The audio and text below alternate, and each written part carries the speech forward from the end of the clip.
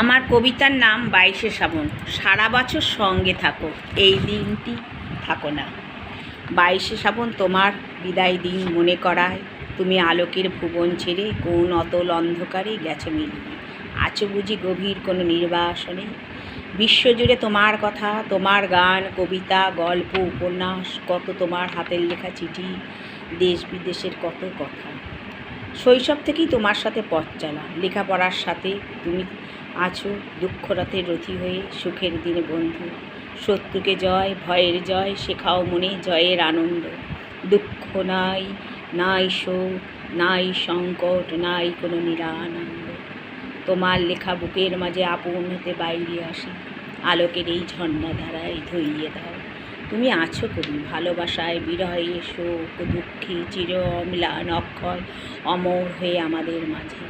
তুমি সাধারণ নারীর পাশে আছো, যারা প্রতিক্ষণে আঘাত পায় তোমার আলোকে, তারা মনে শক্তি পায়, দুর্বলের বুকে সাহস সঞ্চয় হয়। তুমি তাদের পথপ্রদর্শক হয়ে দাঁড়াও, তোমার লেখনী তাদের মনের ভাষা হয়ে ওঠে। তোমারে করিয়াছি জীবনের ধ্রুবতারা, এ সমুদ্রে আর কবু হব না পথহারা।